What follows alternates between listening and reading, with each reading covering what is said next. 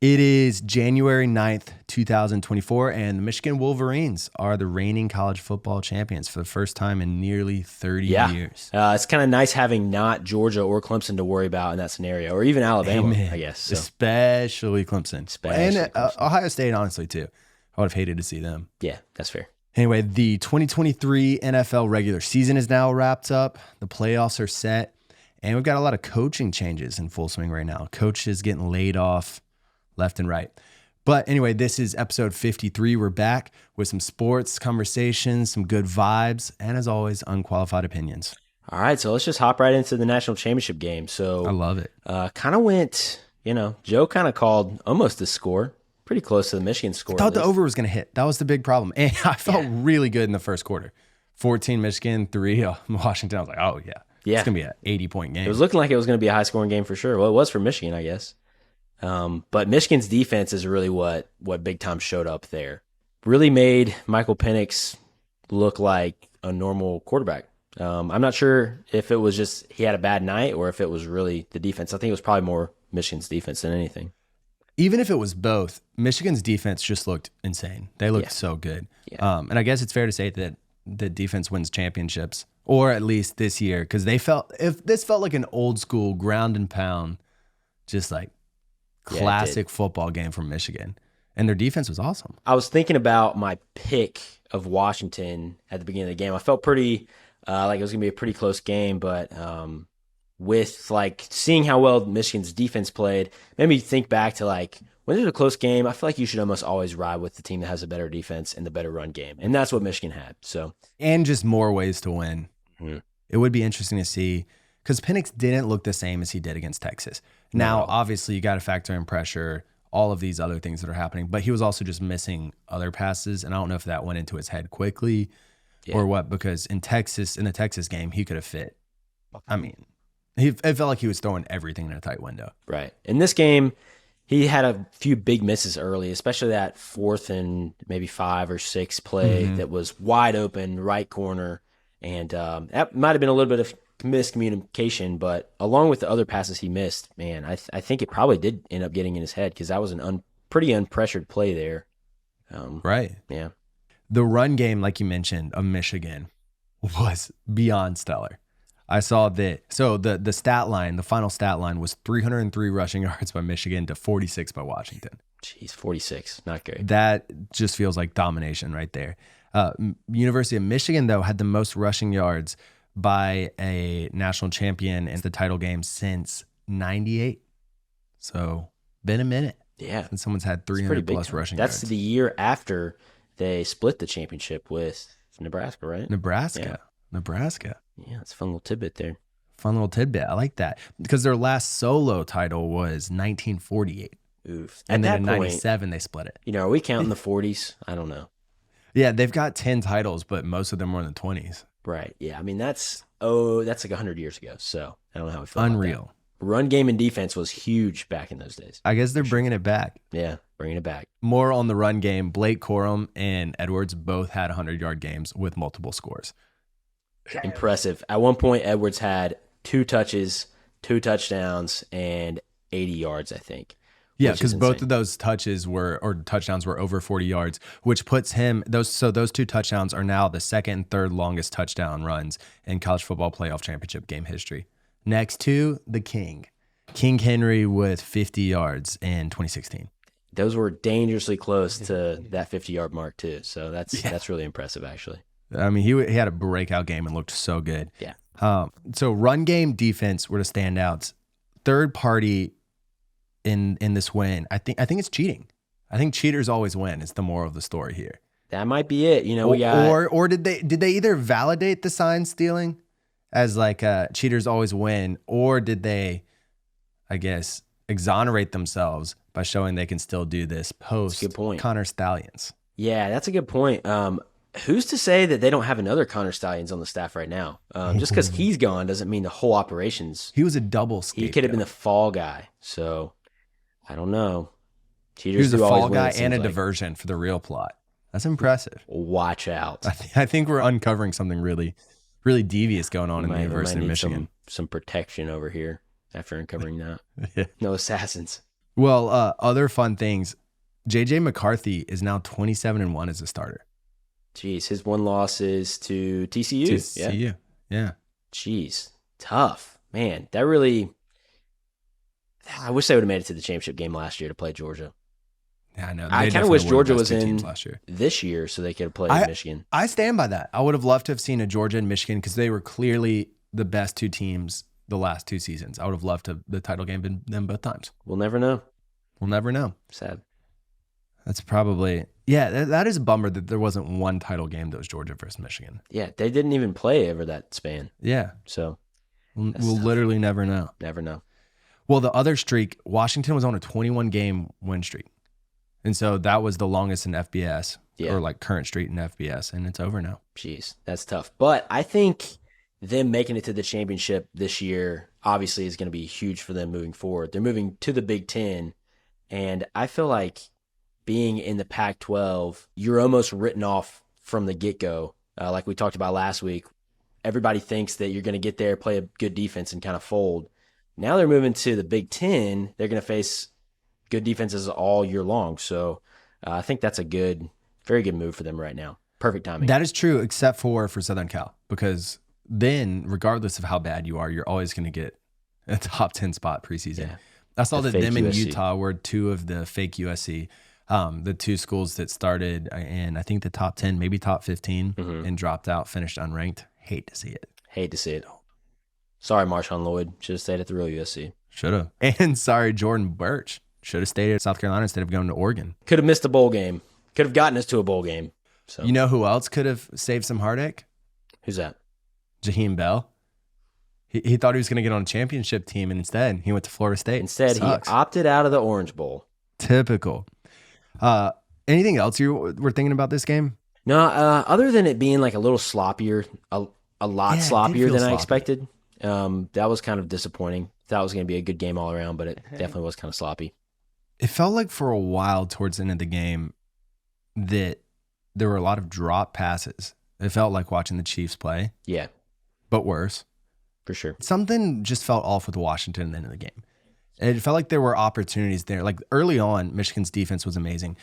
Then Michigan honestly took a step back and should have just like put them away at halftime and didn't let them hang around. And then if you look towards the end of the game, right before the very end when Michigan put them away, it felt like there were opportunities handed to Washington left and right, and they just did nothing with them. Right. At one point, I was thinking, man, this really feels like another Georgia TCU game. Looked at the score, and it was a 7-point game. And something didn't feel right with that. Like Michigan had so many opportunities to put Washington away and just kept letting them hang around. Like when they got a pick on the first play of the second half, and then they went 3 and out and hit a field goal, right? Pretty much did nothing with it. So a lot of chances for them to actually put them away. All that to say, Michigan was definitely the better team. Disappointing showing by Washington overall. Even with the 14 points that Michigan scored late, 34-13, I don't even think justifies the beatdown that it felt like. Right. They didn't really feel like Washington had a chance other than whatever Michigan was handing them at the end of the game that they did nothing with. So then the question from this is Harbaugh coming back, do you think, or going to the NFL? Ooh, I think he's going to come back. I think he's trying to build a dynasty at Michigan. He's a Michigan guy. You see how happy his dad was up there when they won? Like, I think he's going to stay. I do think there's part of it that, because he said that he's going to push back spring training a little bit, which was because he said they normally started on Valentine's Day because they love football so much, but he's going to push it back to March. Right. So that's a sign that potentially is coming back. But I do think that what you're saying about a dynasty is true because you taste it and you're like, this is nice. I want to go legacy wise. I want to keep rolling with it. You taste the dub, you taste the championship, and you want more of it. The flip side of it all, though, is there are a lot of openings right now in the NFL. So today, as we're recording, Mike Vrabel got fired, which is shocking to me. Bad call. Yeah. They just cursed themselves for the next 50 years, at least. The 2021 Coach of the Year, 2 seasons later, is gone. Yeah, I feel like Vrabel was the only reason they were relevant at any point. And now he's gone. So I don't think that's a good decision. We'll see. The Titans have lost 18 of their last 24 games, which I understand that's tough. But I just don't think, I don't think it was Mike Vrabel. In fact, Derrick Henry, when asked about it, said, wow, I'm shocked. Coach Vrabel is a leader of men. He is a great coach and teacher. I know he will get another opportunity right away. I look forward to it. You can tell he gets the guys going. Yeah. I mean, so you got rid of A.J. Brown. Right. Which was a big piece missing. Yeah. Like Taylor Lewan, other linemen were gone. Like there weren't a lot of pieces besides Derrick Henry this year. No, your quarterbacks have been Tannehill and Will Levis. So yeah. You forgot about Malik for a minute. Oh, yeah. I did forget about that, actually. Jeez. But no, to your point, though, it's just like he seems perfect example is the Jags game. They went out there and thumped the Jags and spoiled their playoffs hopes, which was a disastrous collapse by the Jags this year. Love that. We might have to touch more on that later. We'll come back to that one. But that aside, it's just he's a great coach, and it makes no sense to me. I don't think they're going to get someone better than him. I don't think so either. Like, take the other game that comes to mind for me is the Miami game this year. Yes. They were down and out, led that comeback. I think he's led the two largest comebacks in the past how many ever years in the fourth quarter? I can't remember what they said at the Miami game. But they were both 14-point comebacks with like a few minutes left in the fourth quarter. Who else does that? He's a good coach. And then especially there's always it's called Black Monday for a reason. A lot of firings at the end of every season always. But if you look at the jobs that are open right now, we'll talk about some more of these, but like the Chargers job. Yeah. Even Washington right now opening back up with Ron Rivera getting fired. Mm-hmm. They're building a new Washington. It just seems like there are several openings that are going to be more enticing for someone than Tennessee. Yeah. Especially when you just get rid of someone like Vrabel. Especially with the personnel that Tennessee has. I don't think it's super enticing there. So I don't know who they're going to get then that's going to be better, that they're going to like more. The flip side, though, is there's still no decision yet on Belichick. But, I mean, Vrabel in New England. Perfect match. That makes sense. Yeah. I wonder what if the Titans knew that Vrabel was maybe trying to make a move to New England? Ooh. I don't know. So they fired him. That was interesting, though. It said fired, though. Did not mutually parting ways, not like come to an understanding. Maybe they didn't. Maybe they didn't like the idea of him leaving, so they said, "You can't leave. You're fired. I'm gonna hurt me before you can hurt me." Right. That's what they said right there. Got him. But yeah, so no news on Belichick. I don't know, man. Every report says Belichick's leaving. I personally don't know if I see that. I don't have any inside information or anything. Mm-hmm. Belichick's been there for so long, created a dynasty. Obviously, the past few years have been rough, but I really find it difficult to believe that he's out. We'll see. All the reports say he's gone. But still no decision yet. No decision. Yeah. Vrabel might be the piece that unlocks it more. Yeah. Like, it's just hard to get rid of a coach like Belichick if you don't really have a plan in place. Yeah, Belichick is the Patriots right now. He is the Patriots. So. But if there's anyone that could fit closely, you've got a coach that's excellent. He, like I said, Coach of the Year a couple years ago. He's got a very similar mentality, and he's got the New England dynasty in it. You know what I mean? Like, he's on the Super Bowl teams. He gets the Patriot way. Definitely gets the Patriot way. He has that attitude where you could definitely see him in New England. For sure. So then the other ones, Arthur Smith was fired. That's not too much of a shock. They were 7-10 of each of the last 3 seasons. Right. Ron Rivera also fired. Also not a shock. Not a shock. I feel like Ron Rivera is a good coach. I don't know. Can't pull it together. Definitely warranted fire. I do think he's a good coach, though. Because they won the NFC East title, but they were 7-9. So he hasn't had a winning season in Washington. Plus, I think they just are trying to clear house after Snyder, start over. Right. That's fair. Makes sense there. I like him, but anyway. Yeah. Then Jags fired their DC, Mike Caldwell. Also warranted. They were 22nd with 342.8 yards per game allowed. Right. 17th with 21.8 points per game allowed. It makes sense, that one. That makes sense for sure. Especially after the collapse. And then, of course, earlier in the year, we had the Panthers, Raiders, Chargers. All those jobs are still open. Man, Panthers really blew it with Steve Wilkes last year. What were they doing? And that leads into Antonio Pierce. Are the Raiders going to blow it with Antonio Pierce? Because they blew it with Bisaccia. So are they going to do it again? Are they going to do it again? Yeah, you got to learn from your mistake there. All the players want him. He did great to end the season. Just give him a chance. I don't understand. I don't understand why they haven't announced it yet. No, got to do It it. makes me worried that they're not going that way, but it just seems like a disastrous decision. Yeah. Like you lost the locker room with Josh McDaniels. Big time loss of locker room. You got it back. Keep the guy. Keep it rolling. At least give him, you don't even have to have a long-term contract. Give him a year or two. See what he can do. If you hate it, you took a chance. I don't see the harm in that. I just wish people went with interims more. When the guys love them, I understand that you get a boost from it beginning of the season, but if they've been an interim for 6-7 games and the players like them, seems like potential, what's the harm? Give them like a 2-year deal, 3-year deal. Yeah, and with an interim, you can probably pay them less starting out than hiring some big name from somewhere else. Yeah, and instead seriously, look at the Panthers, what they did. You go out, you spend $40 million you're not getting back because you can them. Right. Yeah. 6 games, 7 games, however many games into the season. That one hurts. And I'm not even a Panthers fan anymore. Still hurts. Yeah, me either. But so speaking of the Panthers, they're currently, I think, rumored to have 9 interview requests out. The Bengals OC, Bucks OC, Lions OC, Ben Johnson, which he's going to, I feel pretty sure he's going to get a head coaching job somewhere.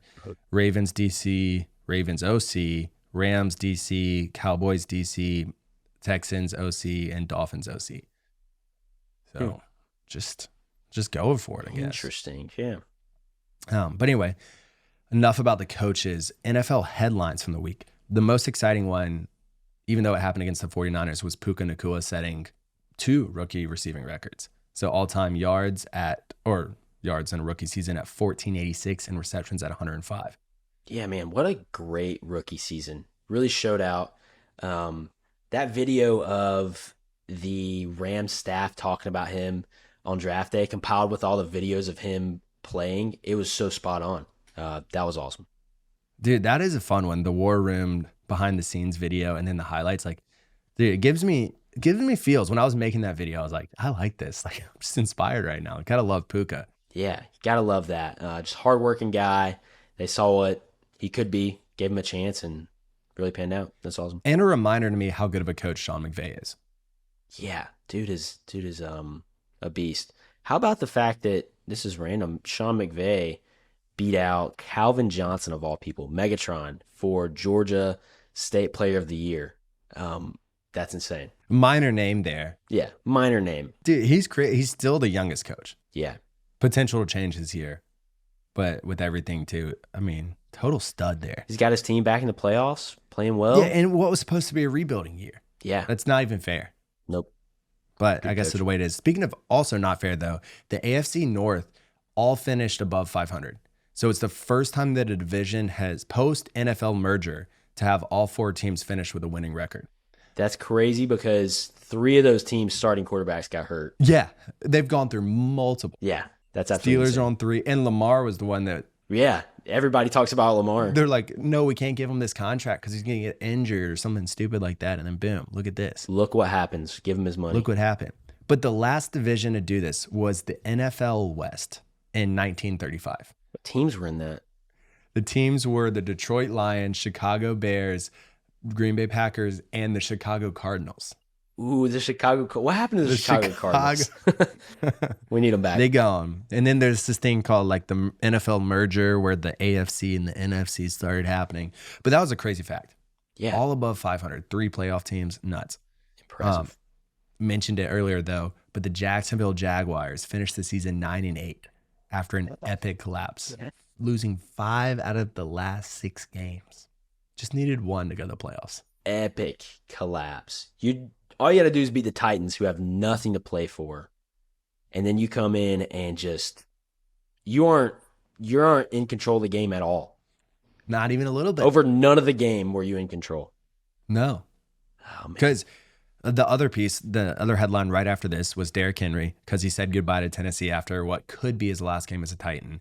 Which, since Vrabel's gone, I think that increases the likelihood of Derrick Henry not coming back. It was slim before, right, but I think it's almost nil now. Does Derrick Henry follow Vrabel? So I did have the thought, if Vrabel goes to New England, is there any chance that Derrick Henry comes with? Man, Derrick Henry in New England is kind of a scary thought.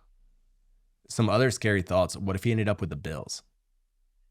Yeah, we don't need any more good players ending up with the Bills. Or even worse, what if he ends up in Dallas? Gets like a fat contract. Think about all the endorsements he could get. Yeah. Where do you think he's going to end up? No, man. So I don't know. I have no clue. My front runner right now would probably be Buffalo, but who's got cap space is the other piece. Yeah. What if he ended up somewhere like the Ravens, who are already elite? You throw a Derrick Henry Their in the run mix. game would be insane. Yeah. Ultra scary.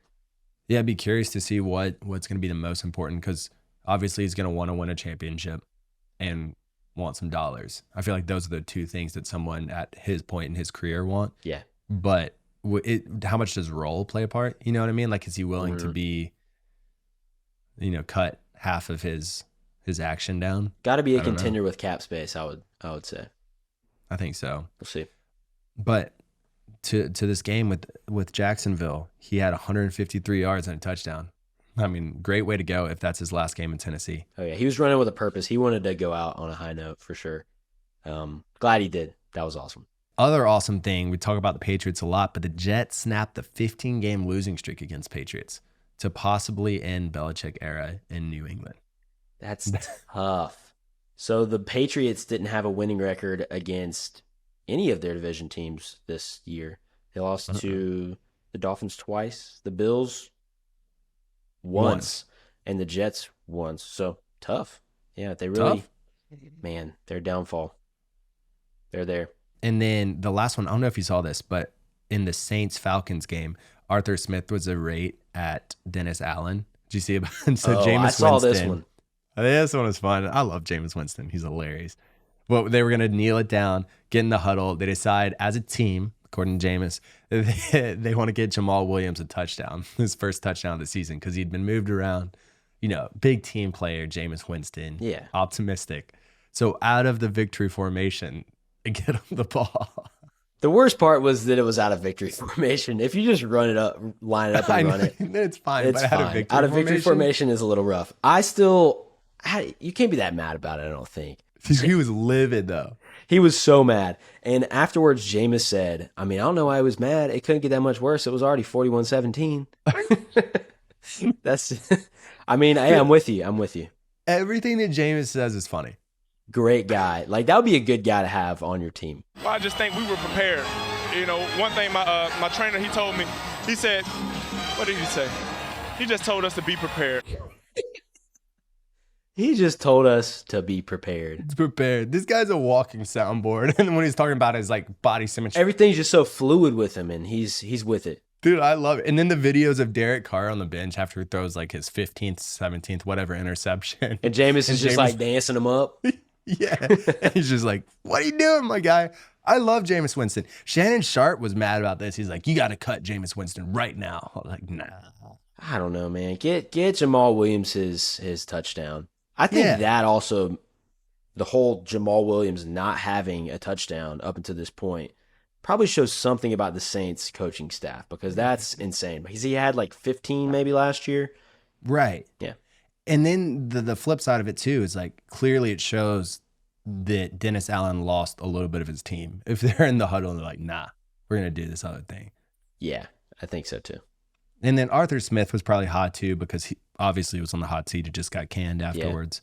Yeah. I will say with that one though, back to the coaching, it makes sense that Arthur Smith's gone. I like him. It seems like a good dude, but they had so many weapons. It felt like this year that they're underused. Plus the way that the quarterback situation with Desmond Ridder, Heineke was handled, Mariota last year, just the way that they've used Bijan and Kyle Pitts, I think in itself kind of shows what's going on there in Atlanta right now. For sure. But again, it might be an enticing job offer because there are pieces there. Yeah, the pieces are there. I think if they get the right guy there, they can make some big moves for sure. Well, as I said last week, I went to the Ravens-Steelers game. We only made it to one half because it was so cold. It was 35 degrees and pouring rain. which is the worst weather because if it was any warmer, it's obviously warmer, and any colder, it would have been a snow game, which would have been great. On TV, it looked miserable there. My feet were soaked by the time I got there, but it was a blast. It was super fun. And right before halftime, Jadeveon Clowney got that sack and was celebrating his $750K bonus. Hey. When they announced it. It was awesome. I loved that. That's big time. Clowney has had an amazing year, just based on like where his career has gone. Yeah. Good for him. Happy for him. Because after his rookie deal with Houston, he bounced around a lot, and he never really got a longer contract besides 1 year. And so he ended up this year in Baltimore, and it just felt like a resurgence of him this year. Oh, yeah. How many sacks did he end with this year? 9.5 or 10. Solid season. Maybe, yeah, because he had, I think 9 was the bonus, and he got 9.5 maybe. Yeah, real solid. But that was awesome. And the way he celebrated it was so cool. I wish more players did that. Oh, yeah. When they hit the bonus. He said, give me that money. Yeah, give me that money. I mean, speaking of it, so I love talking about the bonuses for players because I think it's fun. Yeah. Baker got a $2 million bonus for playoff berth.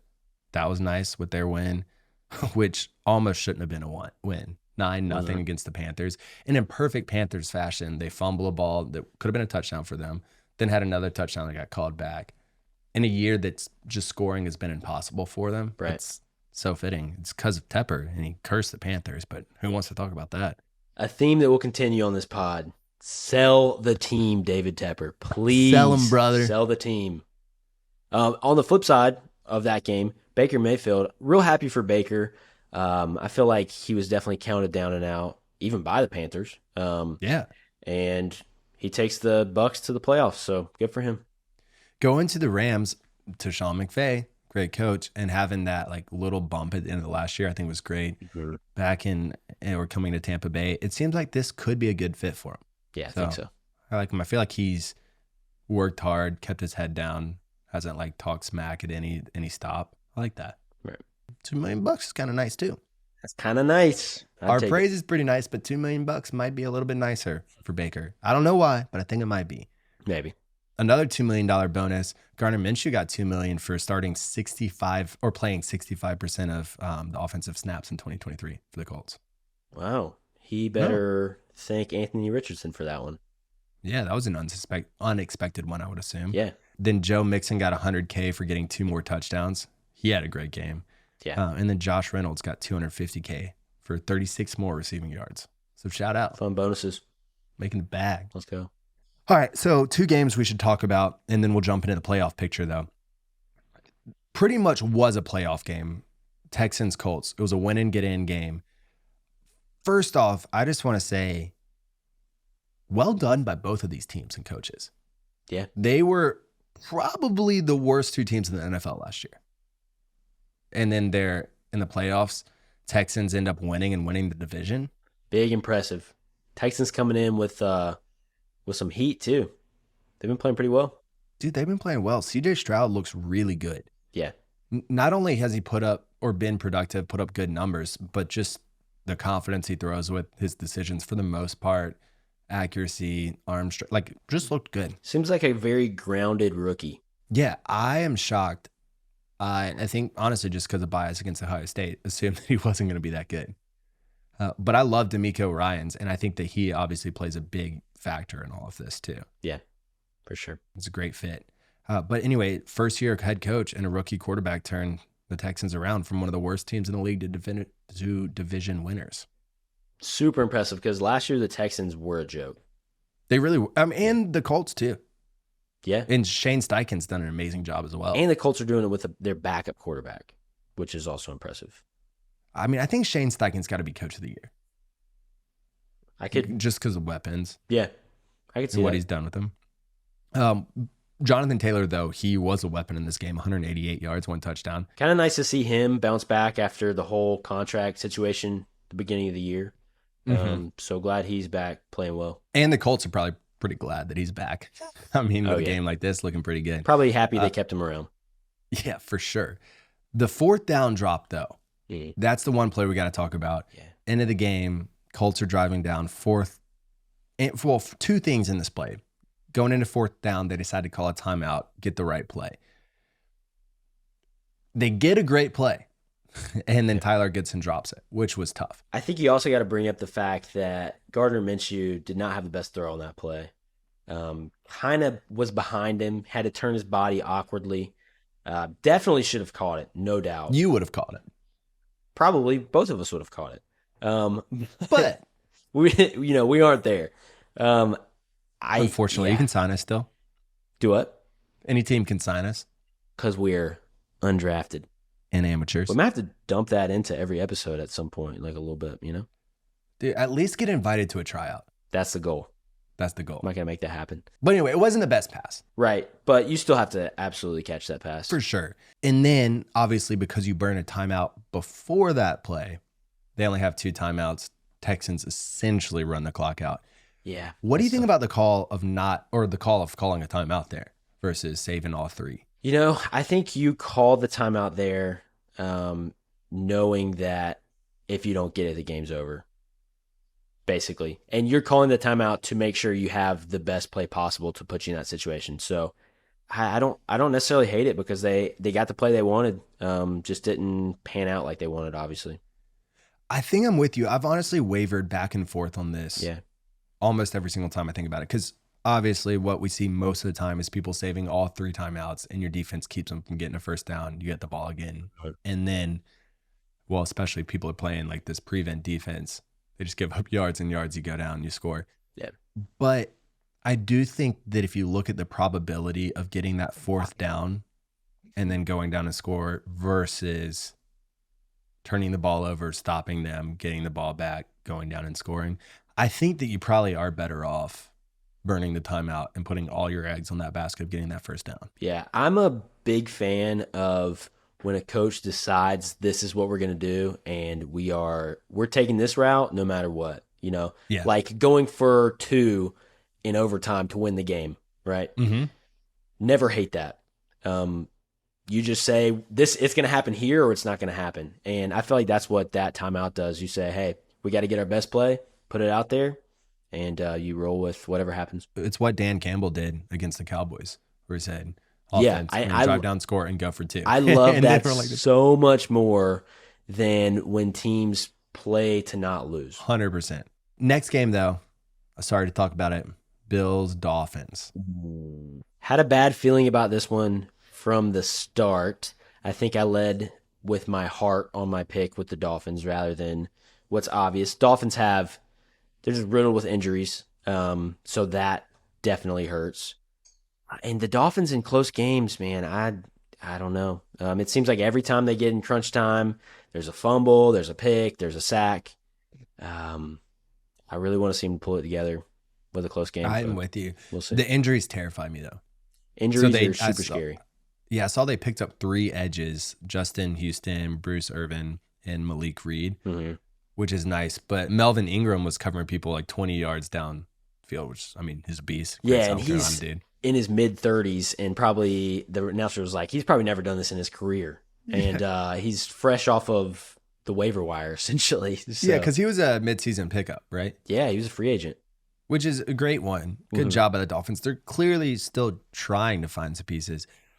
I would also say they're not the same without Waddle and Mostert. Right. Even though A-Chain looked good.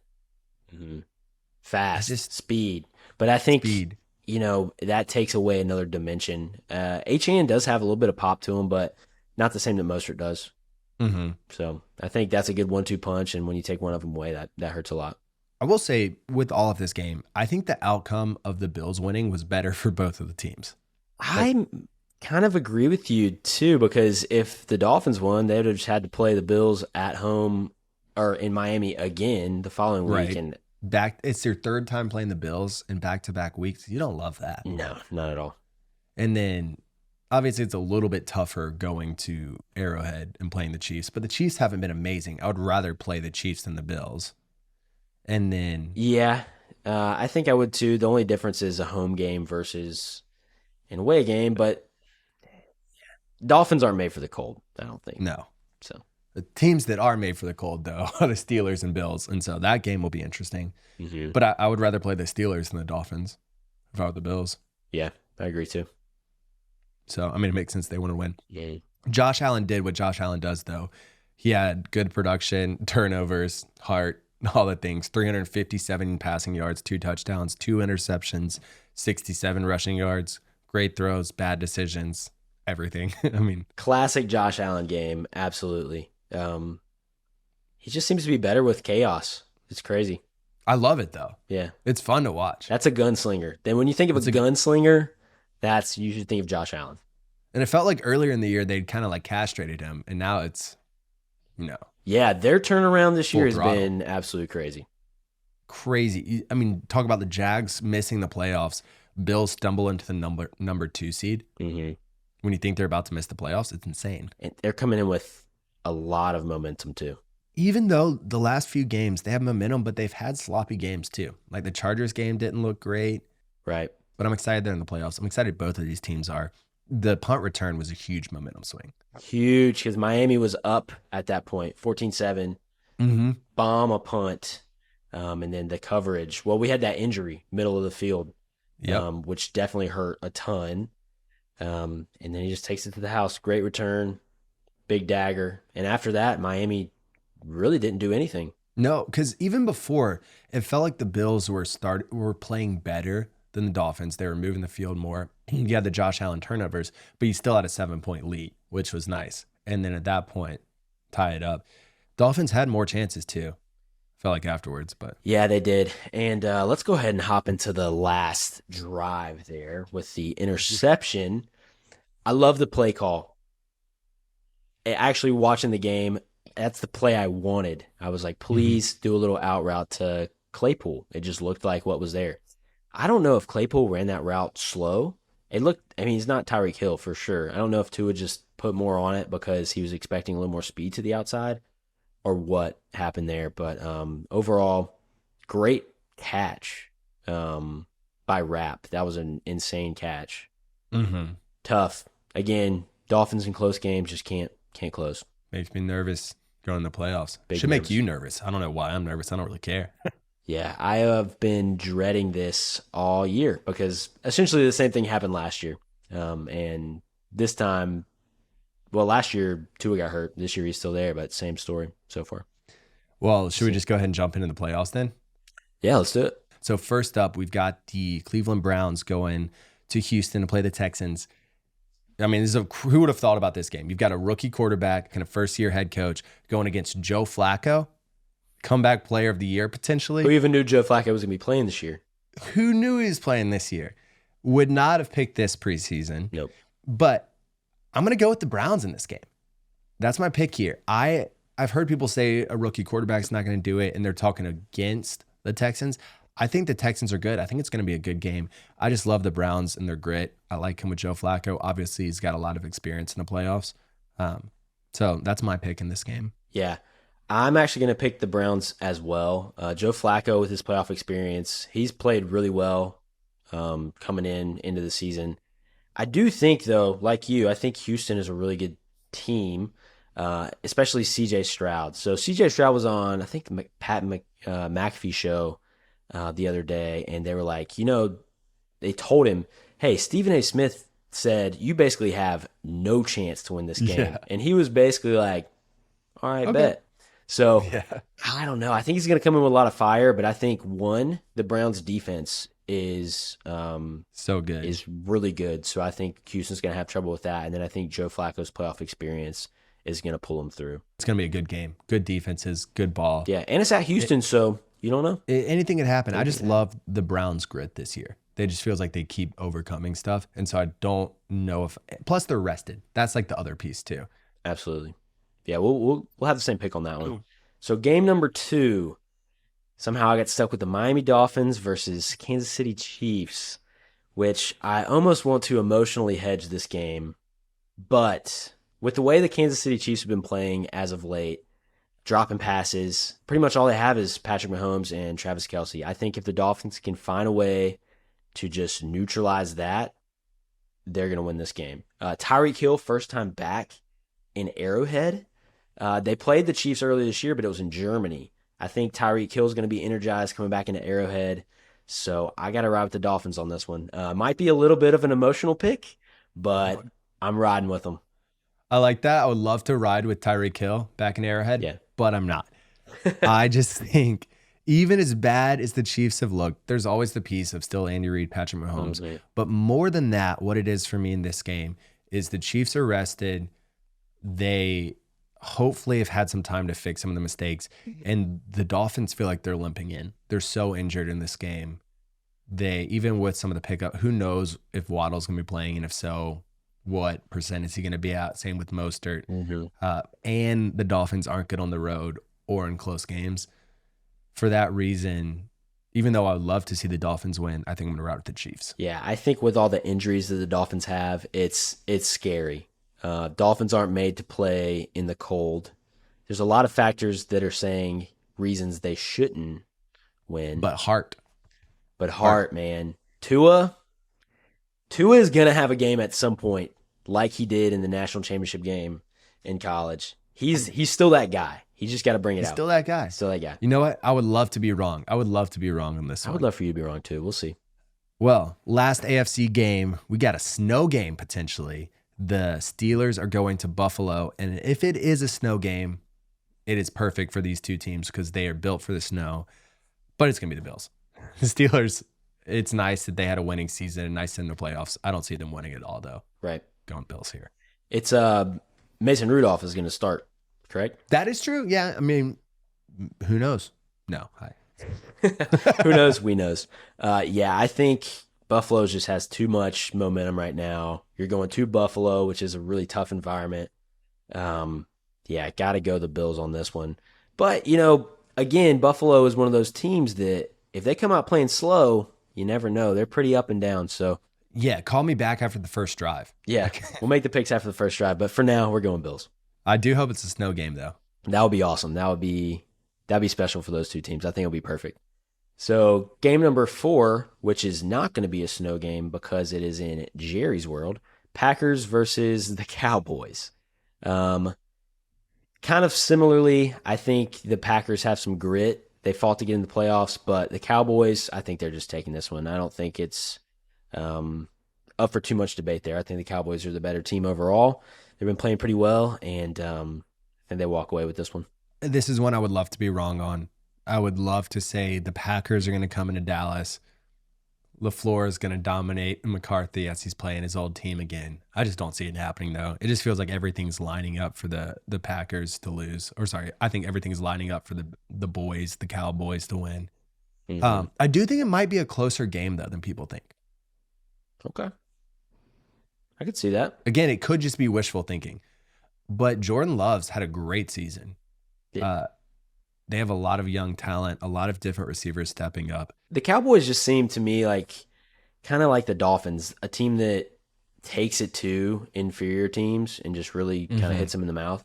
And I think that's what they're going to do with the Packers. I think CeeDee Lamb and Dak are going to have big days both.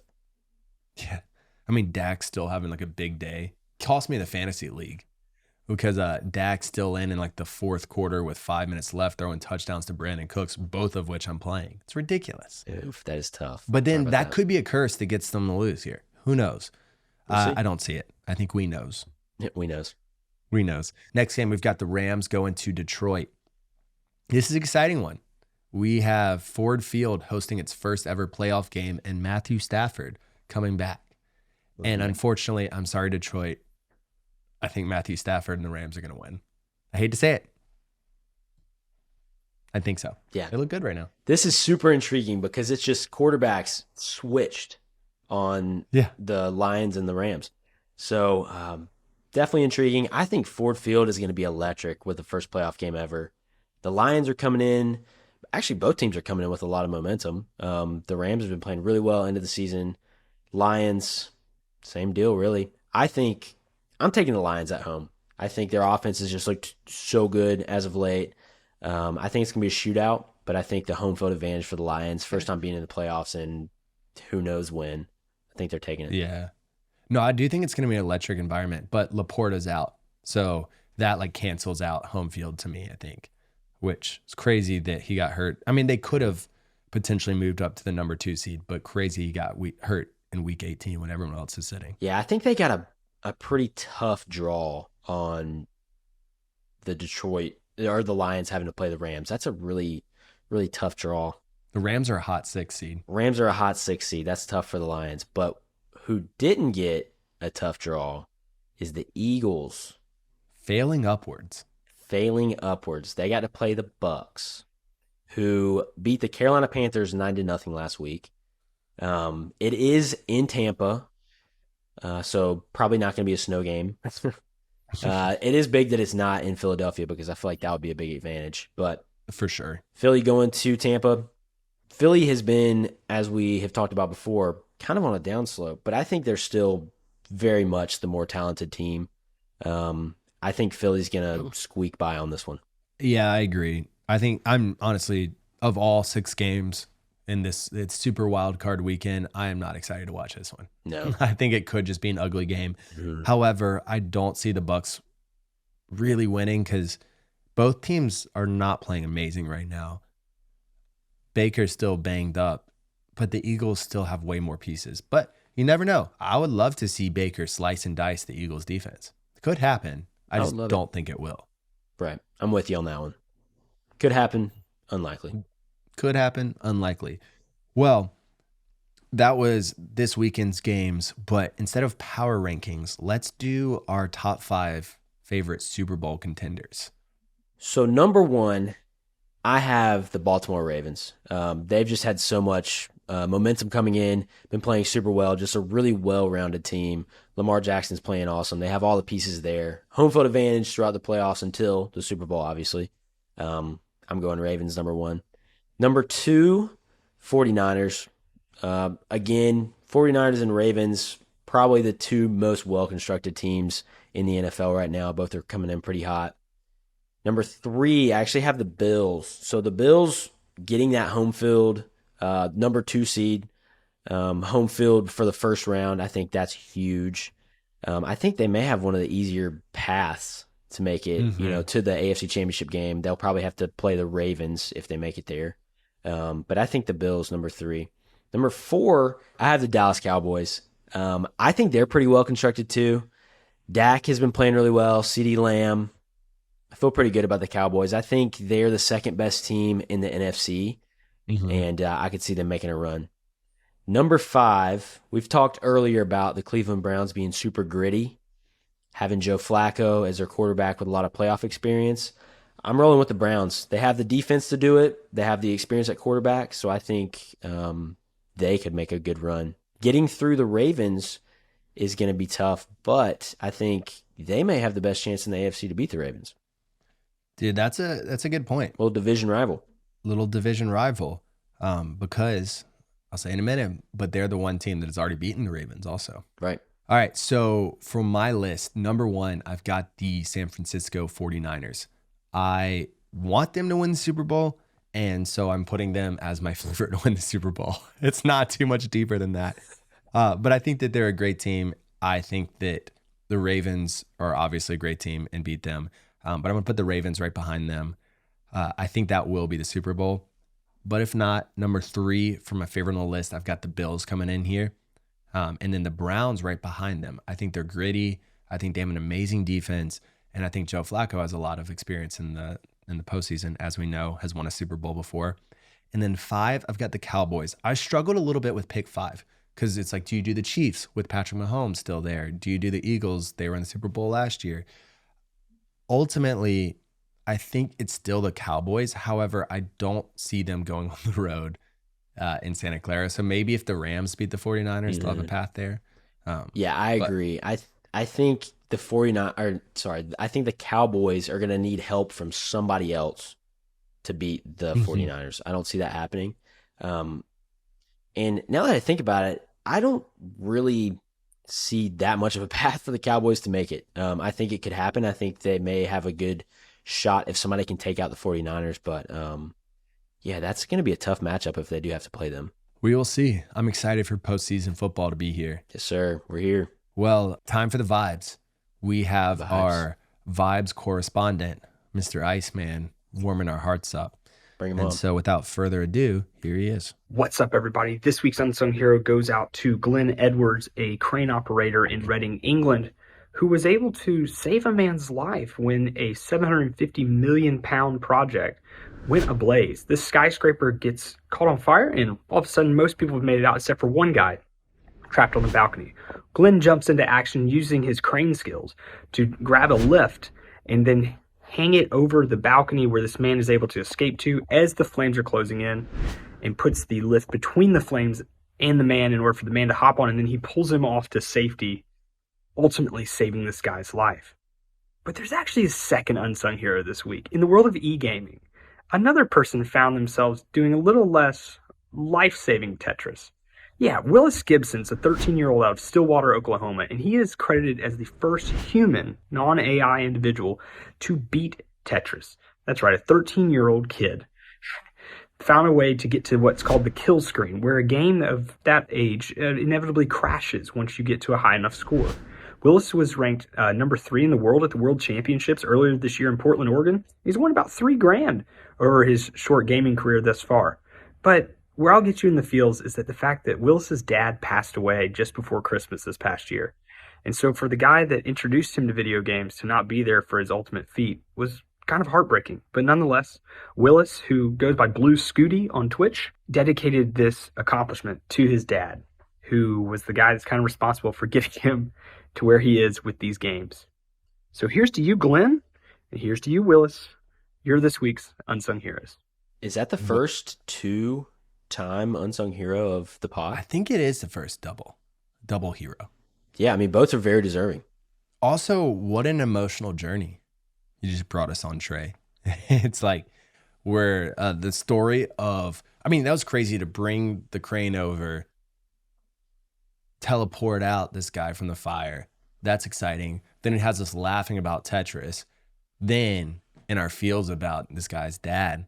I mean, yeah, a few takeaways from that. Was Glenn just chilling on the crane when this happened, or did he run to the crane? I did wonder that. I don't know. Like, was he just chilling on the crane, searching the city, like looking for somebody to save, or did he think, "Oh man, he's driving I know down what the to streets do. in his crane"? I'm crane certified. I know what to do." And then the other thought is Tetris. I did not know you could beat it. 2, didn't know there were world championships for it.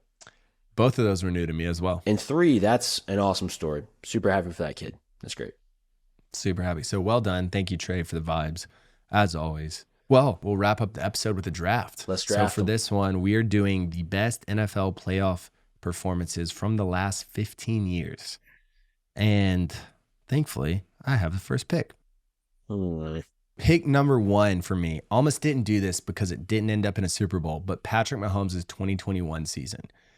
Like I said, they ended up losing the AFC Championship to the Bengals. But obviously, there was the iconic game against the Bills where Patrick Mahomes gets the ball back with 13 seconds, down by 3, drives down, they kick a field goal, go on to win in overtime. But in those games, so he has the 13-second drive, which was obviously iconic, and then he finished the season with, or the postseason with 1,057 yards, 11 touchdowns, 118.8 quarterback rating, without going to the Super Bowl. That's pretty wild. That game was absolutely insane. Insane. They changed the NFL playoff rules because of that game. Yeah, what a great game. So I've got number 2 and 3. Yeah, snake draft. Let's go. Yeah. Man, I was not sure what I was going to pick here, just based on, because I don't know what you're going to pick. But after That's how you a draft giving goes. the stats for Patrick Mahomes on that one, I'm going Joe Flacco 2012. That was my number 2 on the list. Let's go. Joe Flacco 2012. What an insane postseason. Leads the Ravens to a Super Bowl on Ray Lewis's last year. He finished the year, or the postseason, with 1,140 yards, 11 touchdowns, 0 interceptions, and a QBR of 117.2. So Crazy. We've been talking about Joe Flacco a couple times on this podcast, and that's why. If he gets in there and is playing, that could come out. I don't know if at his age now, that was 11 years ago. Right. But maybe, he might still have that magic. So He went through the Colts, Patriots, Broncos, and then Niners in the Super Bowl. Yeah. What a run. That may be the most impressive quarterback playoff of all time, in my opinion. I actually had that at number 1 and then pivoted because I was like, 13 seconds is crazy. Let me backtrack on all time. Let's say the last 15 years because I did not research super far into all time. So anybody that says not of all time, don't come at me. All right. Number 2, I'm going to go Von Miller. 2015 season when they played the Panthers in the Super Bowl. In the AFC Championship, he had 2.5 sacks, and then he follows that up in the Super Bowl with 2.5 sacks, and he's Super Bowl MVP. He was just running that defense. The Panthers had no chance with him on the field. I think he single-handedly is a lot. I'm just going to say it, single-handedly made the biggest difference I've ever seen in a Super Bowl ever. He had Cam Newton scared, so I'm giving him my number 2 pick for that. He was a force. All over the field, hitting hard. And in that AFC Championship game, he had 4 quarterback hits. Dang. It's a lot. That's crazy. I'm going to go Sony Michel, 2018. Rushing for 129 yards, 3 touchdowns versus the Chargers, 113 yards, 2 touchdowns versus the Chiefs, then 94 yards in the game's only touchdown to beat the Rams in the Super Bowl. Impressive postseason there. Impressive postseason. And then number 3, Nick Foles, stepping in the 2017 season. Carson Wentz went out in the 13th game. Seems like the season's over. Obviously, it's not because they get in the playoffs. And Nick Foles does his thing. He threw for 373 yards, 3 touchdowns, and caught a touchdown in the Super Bowl. Ended up his only playoffs with a passer rating of 115.7, 971 yards, 6 touchdowns, and 1 pick. Philly special, baby. Philly special. That was special. Even though I hate Philadelphia. Oh, we all know that. Yeah. My number 3 pick, I'm going to ride with Eli Manning, 2011. Just a great postseason there, beats the Patriots, had a great comeback at the end of that game. That's when he had the 38-yard pass to Mario Manningham down the corner or down the sideline, just impeccable pass. His stats to end that postseason were he had 1,279 passing yards, 9 touchdowns, and he ended with the Super Bowl MVP. So pretty solid postseason there. And he knocked off the Patriots for the second time. That was the second time he knocked off. Love that. All right, my number 4 pick, I'm going with Larry Fitzgerald, 2008. That was a crazy postseason. He ended with 546 receiving yards, 30 receptions, and 7 touchdown receptions. So 136 yards a game. And I believe the 7 touchdown receptions was a postseason record for a single postseason at that time. So absolutely insane. They lost to the Steelers in that Super Bowl, but still an insane postseason for Larry Fitz. Pick 4 for me. I think that's got to be a record you're saying for Larry Fitzgerald. So I will do another record of most tackles in a postseason, and that is Ray Lewis, 2012. 51 postseason tackles after he missed 10 games with torn triceps. Absolutely insane. And that was his last time on the field ever. Yeah, insane. What a way to go out. What a middle linebacker right there. He was killing guys on the field. Killing guys on the field, on and off. And then pick 5. That's right? Yeah, pick 5. I'm going to do Playoff Lenny, the birth of Playoff Lenny, Leonard Fournette, in 2020 when he went from 600 total yards during the regular season to 448 and 4 scores in the playoffs. And 4 scores. 4 scores and 3 years ago. He was carrying then. Playoff Lenny. Playoff Lenny. All right, pick number 5. I feel like we can't go with a full list of playoff performances without adding Tom Brady, the GOAT. Got to. So Tom Brady, 2014, he had 11 touchdowns in 3 games, and he led the Patriots to his first Super Bowl in 10 years. That was the season that Seattle almost had the game wrapped up in the Super Bowl, and all they had to do was hand it to Marshawn, but they did not. And right before that, Tom Brady led a big comeback drive. So for that, I'm giving my number 5 to Tom Brady. Richard Sherman is still fired up about it. Yeah, that was tough. Just hand the ball off, but had to put Tom Brady in there. So no, for sure. That's a great pick there. I feel pretty good about my picks. Yeah, I think you won this draft. Let's go. That's my opinion. We'll see what social media says. We'll see. Which is a perfect segue that if you want to share the pod, if you want to like, if you want to comment, if you want to do all the nice things, we would love it. That's all the asking we'll do this episode. Hope everyone enjoys watching the games this weekend. I'm excited. And until next time. Big week. See y'all next time. Peace. Peace.